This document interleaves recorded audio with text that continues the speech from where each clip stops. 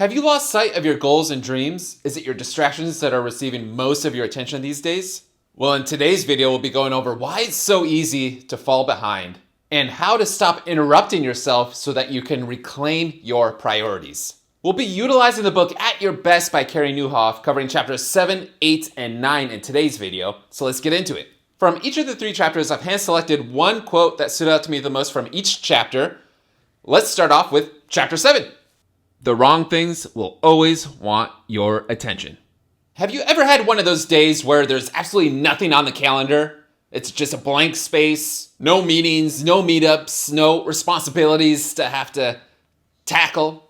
And you say to yourself, yes, finally some me time, right? Some time to veg out on your phone and scroll through social media.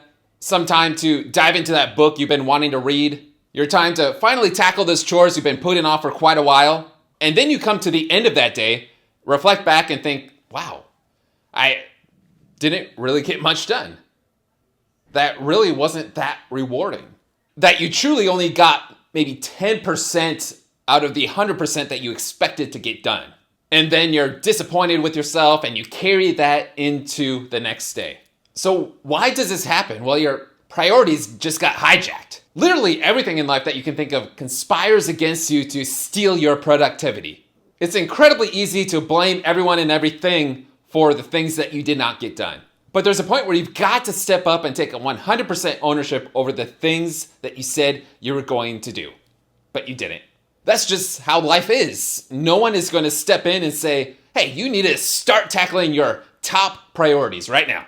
Anyone and everyone who steps into your life and asks something of you, they have an agenda of, please accomplish the things that are on my priority list, not yours. So 100% of your workday or 100% of your day off can be used up to accomplish other people's priorities other than your own. And this is not to say you should be a self-centered jerk and just brush everyone off and only focus on yourself. It's a very good thing to help others and have that want and desire to want to help others. But you need to first take a look at your agenda and your priority list and see if something pops up to where you would like to help somebody else. Do you have the time on that particular day to fit that in? And or are you willing to fit that in and then work maybe an extra hour in the day to accomplish the things you said you were going to accomplish, the things that are on your priority list? And remember, it's not just people and other random circumstances that disrupt and steal your priorities. It could also be your phone.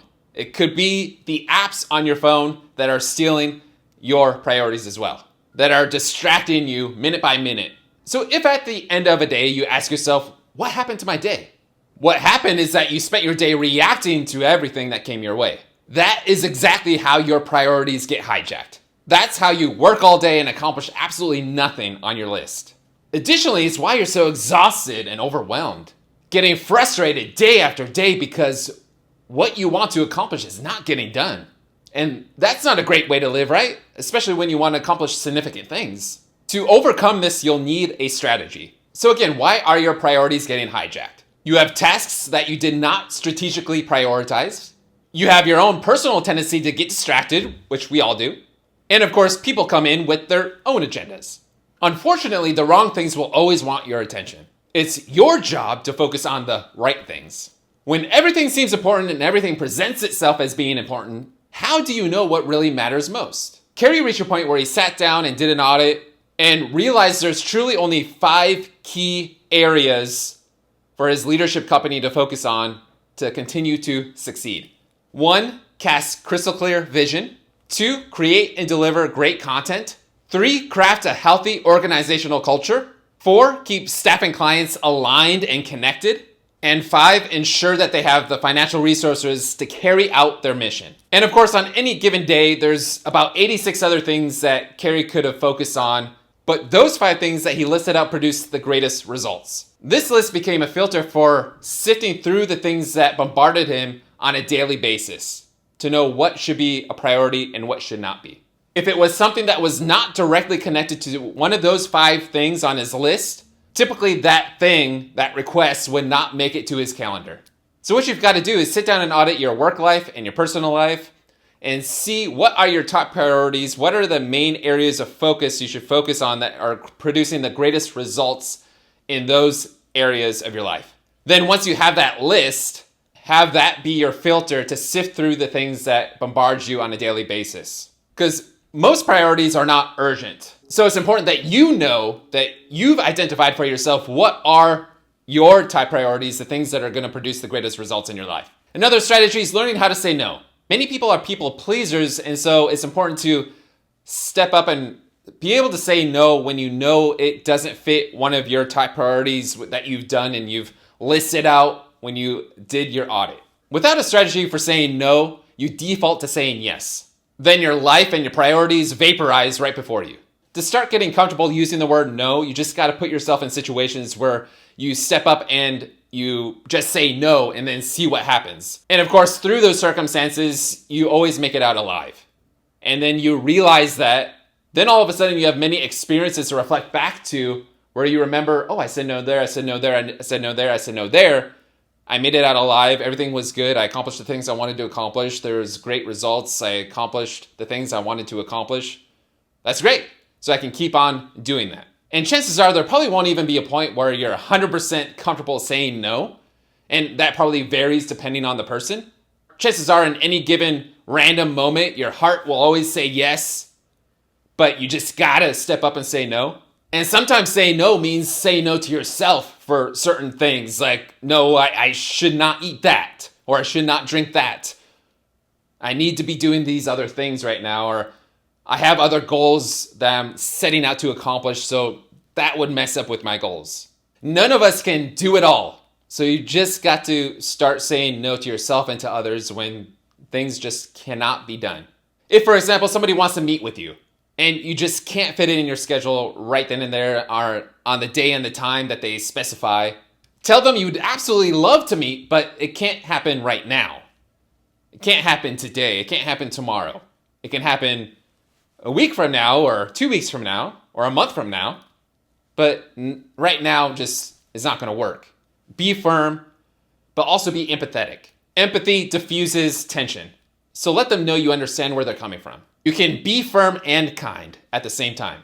And of course, make sure to thank them. Thank them for thinking of wanting to meet up with you. Tell them how much you appreciate them and their time and the fact that they brought that up. Another strategy you can implement is categorical decision making. Categorical decision making is making one decision that eliminates dozens, hundreds of other decisions. The typical response when you're overwhelmed is to cut something out, anything out, temporarily. While this provides some relief, it's only a temporary fix. Categorical decision making is the smarter way to go. Here are some examples. You could completely eliminate certain kinds of meetings. So you could stop doing breakfast meetings, lunch meetings, meetings that are over an hour. If you're currently doing a lot of one-on-one meetings, come up with a different game plan. Maybe you're only having one-on-ones now with a certain team this week and then another separate team another week. You could set a hard rule of no longer allowing others to just randomly step into your office. You could decide which invitations you accept and no longer accept. The list goes on, but the key is that you've already pre-decided what you will do and will not do. This saves your mental energy and a tremendous amount of your time because you've already made the decision. Now you can focus on what's significant to you and fulfill your purpose. Let's get into chapter 8. Here's the quote that stood out to me the most. Paying attention to the wrong things costs you your priorities, your goals, your productivity, your health, even your family. And eventually it costs you your potential and your dreams. Sometimes we place far too much emphasis on the notifications that pop up on our phone. All those buzzes, rings, chirps. Imagine you were home trying to get things done and throughout the day there was at least 100 times somebody came to the door and rang your doorbell. That is the equivalent of the notifications that are popping up in your phone on a daily basis. We would never accept that many interruptions from people, but for some reason, we tolerate it with technology. When technology runs us, it ruins us. Technology is an incredible tool that we can utilize, but we have to utilize it smartly. The way you've got to think about it is that distraction is expensive. It takes a whole lot of time to recalibrate, refocus on the very thing that you were already focused on before the distraction came around. Every time you give your attention to something or someone, it costs you. Invested well, attention can provide huge dividends. So remember, paying attention to the wrong things will cost you. It costs you your priorities, your health, your goals, your productivity, your family, your potential, your dreams. And if you don't believe that it takes time to recalibrate, refocus after being distracted, a lot of research has already shown that it takes the average person about 25 minutes to recalibrate, refocus after being distracted by one single thing. In the same way that not all hours are created equal and all tasks are created equal, not all environments are created equal either. For example, some people say they focus best when they're at a coffee shop. For me, I'm always constantly distracted at a coffee shop. There's always somebody new coming through the door, somebody I'm wanting to observe and pay attention to. There are so many distractions in an environment like that that is stealing my attention. So for me, a coffee shop is great to go to when I'm just wanting to have a simple, casual conversation, but not to get work done. And again, that varies depending on the person itself, but that's just my experience. The best thing you can do is discover your optimal environment for getting things done. Start to become a student of yourself. And of course, that'll take some experimentation. You won't figure it out right away, but ask yourself, where do you produce your best work? What is that environment? Just as cactuses flourish in the desert, if you put another plant that exists outside of a desert in a desert, it's not going to succeed. It's not going to produce great results. So what are your ideal conditions? Quiet space for deep work absolutely matters. And of course, the reason for this is because deep work requires careful thought. And any interruptions and distractions can easily pull you out of that careful thought process that you're going through. And yes, of course, you can't control everything in your environment. There's things definitely outside of your control, such as if you find out that you work best at home, sometimes there's just going to be that neighbor who's working on their lawn or working on their motorcycle, whatever it may be. There's going to be distractions out there that you do not anticipate. But at least control what you can control and put yourself in that particular environment. Again, if you work best at your home, be there. And at least you'll have, for the most part, a successful session of work, of deep, solid work with very little distractions. Optimal conditions are a goal, not a requirement. So again, control what you can control, which is putting yourself in an environment that does produce the best results for you. Even if that environment still produces some interruptions, some distraction, make sure you're not letting that hold you back. Make sure you're not waiting for that perfect environment where there's zero interruption and zero distraction. That probably just does not exist. But at least experiment and discover and figure out which environment produces the least amount of interruption, the least amount of distraction. Additionally, you can turn off notifications on your phone during a certain key period where you are working at your best. You can write a note on your door saying, please no interruptions between this time and that time. A focused you is a better you.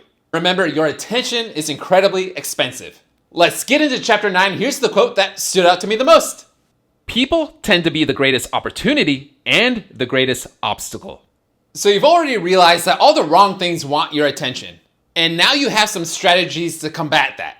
But what about the most challenging interruption, which is people? In the same way that all the wrong things want your attention, so do the wrong people. And yes, everyone matters. But sometimes there are people who come around who unknowingly zap your time and your energy. From the beginning of time, humans have struggled with how to interact with one another. We bicker and complain and fight and judge, and we certainly don't ever want to get to a point where we're dehumanizing people and distancing ourselves. That is hardly the recipe for a quality life. And the reality is that the people who want your time generally are the people who shouldn't have your time. And the people who should be getting your premium time are just the people who are just not asking for it. So we must start paying attention to who drains us and who energizes us, and spend more time with the people who energize us and less time with the people who drain us. A good question you might ask yourself is, why don't I currently spend time with the people I most want to and need to spend time with? Think about the return on your time investment when you try to help the people you feel you should meet with, but don't necessarily want to. Your return on investment for this type of encounter is usually very low. For example, your motivational talk with that person just didn't click and cause them to want to take action. And so suddenly you're having multiple sessions of motivational talks to where then that other individual still is not taking action, not taking ownership, not taking the information and applying it to their life. There's no return on investment in that situation. There's a lot of take with no giving and returning. So it's not that you should dedicate zero time to these type of people, but they should absolutely not take up your prime time, the time where you're most productive, where you get the most done, where you have the highest energy. In addition to those type of people, there's also people who will want to meet with you. They have their own agenda, their own priorities, and typically this will lead to draining your energy. Maybe they're drama queens with endless problems in their life. Maybe they're consistently angry and bitter toward other people and bickering and complaining. And maybe there's someone with a lot of time on their hands with absolutely zero purpose or direction in their life. And again, it's not that we should completely eliminate these type of people from our lives. Everyone needs and certainly deserves an opportunity to be heard and listened to. But if these type of people are exhausting you and overwhelming you and putting you in a position to not accomplish the things that you want to accomplish and taking up your key priority time where you're most effective, then you need to start setting some boundaries. Self-care is not selfish. If you're always overwhelmed and always drained and always stressed, then how are you going to offer your best to the people that come into your life? You just can't. So you've got to work on yourself and take care of yourself so that you can bring your best every single day to every single person, to every single circumstance. When it comes to people you should be meeting with, if you're at work, for example, and managing a team, it's always far better to spend most of your time with your top performers rather than your low performers. When you're spending most of your time with the people who are leaning in and actively hanging on every word that you're saying and taking notes and actually implementing and taking action on the words that you're saying to them, that produces a far better return of investment, freeing up your time and your mental energy. The key takeaway from this is stop treating everyone the same, because not all relationships are the same. The depth of your relationship should determine the depth and speed of your response. You should be spending majority of your time on the people that you care about most. So I hope this has been helpful. It's been a lot of fun. I'll be covering other future chapters in this book in another video, so be sure to check that out when that comes out. And if you haven't checked out the previous videos that cover the other past chapters from the book, go ahead and check those out right now, and I'll see you in the next video.